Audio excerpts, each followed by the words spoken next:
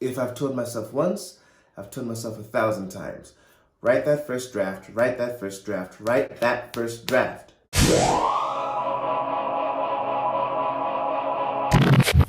What's up, writers? I'm EJ Newkirk and welcome to my channel. If you're finding this video for the first time, welcome. This video will be documenting the process of my upcoming cyberpunk novel, which is currently titled Bounty, a Duncan Archer novel. If you want to see some more writing vlogs and some writing advice videos, be sure to like, comment, and subscribe down below. And be sure to follow me on social media. The links will be in the description down below and will show up on the bottom of the screen. So with that being said, let's get started. So today is Sunday, December 15th. The word count right now is 44,678 words. So I am a bit behind on reaching my goal of 72,000 words by the end of the draft, or at least 72,000 words. But you know what? That's okay, because I've decided not to aim for a word count. I've just decided to get the first draft done.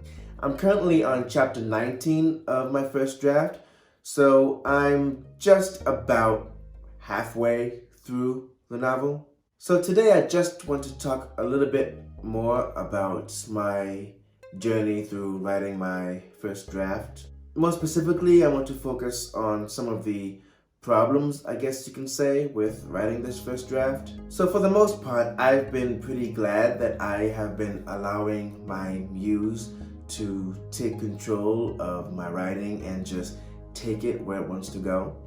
I'm finding that I've become more free in my writing, just allowing the thoughts and ideas to flow out. And I'm always brimming with ideas, usually when I'm out and away from my computer, or when I'm not writing on my computer or on my phone. When I get an idea, I just open up my note app and just type out the idea there. That way it's not lost to memory and I can easily add it later on.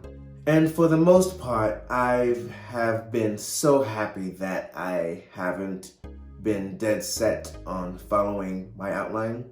And yeah, I'm really glad that I've been doing this, because normally in the past, when I first started writing, I would be so dead set on following the outline and listening to my inner editor.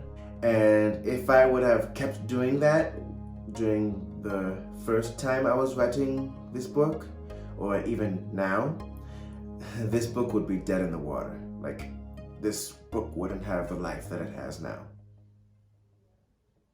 So yeah, I used to be like that, where I would write the outline and I would stick to that very rigidly, and I wouldn't give myself room to be flexible. And to be honest, it just made my previous work suck. If I found that my work was going in a different direction than what the outline was saying, my inner editor would be like, actually, I'm sorry, but that is not what you have in the outline, so you can't use that. And I would tell my inner editor that the story works better this way. Nope, can't use it. You have to stick to the outline. Yeah. But, Nope. but, Nope. but, but now I use the outline more of a guideline than sticking to it so rigidly. I do stick to it for the most part, but if I find that the story is going in a slightly different direction than I had anticipated, if it works for the book and I can find a way to make it work in the whole theme of things, the whole storyline, I make it work. I may tweak the outline here and there just to fit in with the new ideas that I have, and I find a way to make it work.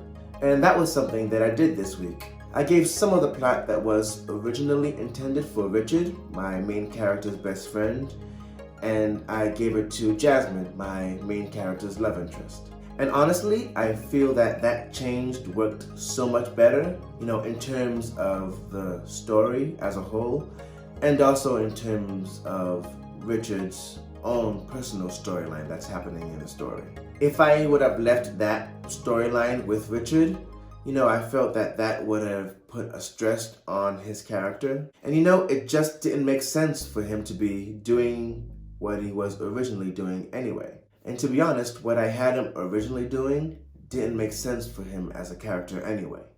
He was a counselor, or he is a counselor, I should say.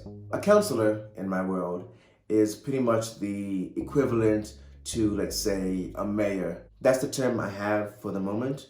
It probably will change in future drafts, but as for now, it's just counselor. Given what he is planning to do, it didn't make sense for him to be helping his best friend in that capacity because, like I said, it would have put stress on his character. So I just took that plot line and gave it to Jasmine, and it made much more sense for her to be doing this plot line anyway, given her character and given her personality.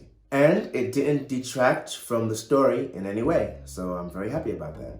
So pretty much all I really need to do in future drafts is just add more chapters so that change makes sense, but that's for future drafts. For now, I'm just writing. And while I'm writing, I think, I said this before in my previous video, but due to my academic background in writing, it's hard to shake that feeling that every chapter needs to have a certain amount of words in it, or that every chapter needs to be fully written out. And I've been constantly telling myself that this is just the first draft. Just write everything out and worry about consistency later. And so what I've done pretty much is just word vomit. I've told myself, it doesn't matter how many words are in the chapter, doesn't matter how many words are going to be in this first draft of a book, just write. But EJ, your draft has to be at least 100,000 words because that's how many words are usually in a science fiction novel. Yeah. Nope. It's a first draft. I will worry about it later. But. No. But. Nope.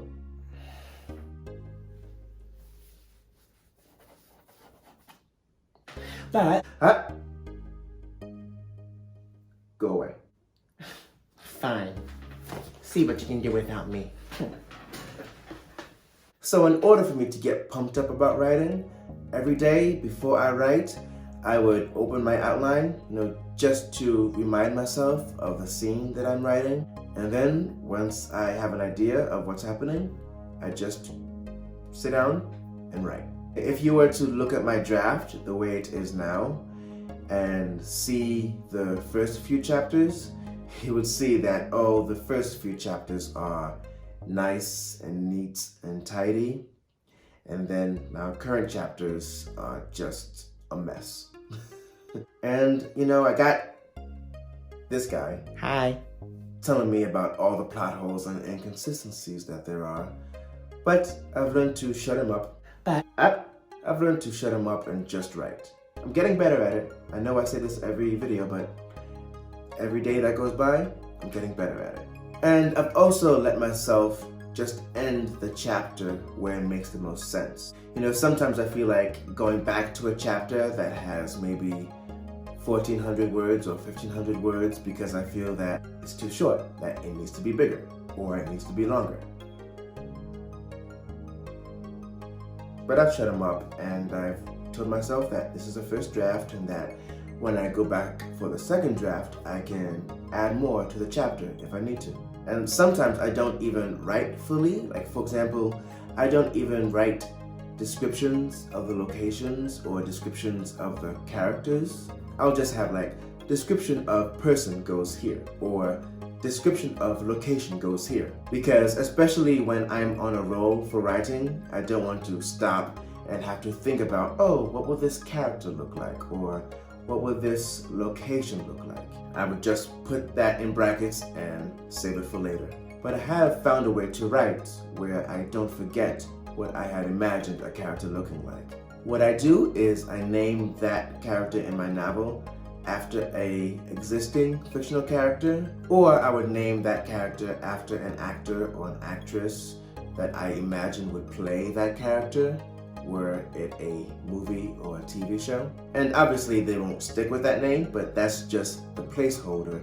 So I know, oh, this is what this character looks like. That way when I go back for the second draft, I can describe that character and I don't forget what that character looks like. And what also has been really fun is every day before I write, like I said, I look at what I'm currently writing, but also I look ahead and see the scenes that I am going to write. And when I see where the story is going to go, that gets me really excited. Every day I start with the end in mind. I look to see where the story is going and I get excited. I'm like, okay, this is what's going to happen and this is how the story is going to go. And already I'm imagining the book playing out like a TV show in my head. And that gets me excited to get out and write it. I do know that once this first draft is complete, that there's going to be a lot of work ahead of me, not just with editing, but also with research being done. I'll need to do some research on some practical issues, such as courtroom trials, PTSD, and cults. Because there is a cult in this book, a religious cult. I won't say much more than that for now. But there's a little teaser for you. But I tell myself, don't worry about that research now. Just write this first draft, get it out, get it done. And if you're a writer and you're watching this and you're writing your own first draft, just go ahead and write. Don't try to make it perfect. I know sometimes your inner editor is going to get in the way. I know sometimes that you want to try to make changes and edits as you go through. But trust me when I say that doing that is going to slow down your progress and you may end up not writing that first draft at all. And that first draft may end up being not finished. Just go ahead and write. Don't try to get everything perfect. Just go ahead and write. So yeah. So that's my little vlog for the week. I'm going to go ahead and get some writing done. But for you writers, but for all of you out there, keep writing. And I'll see you in the next video.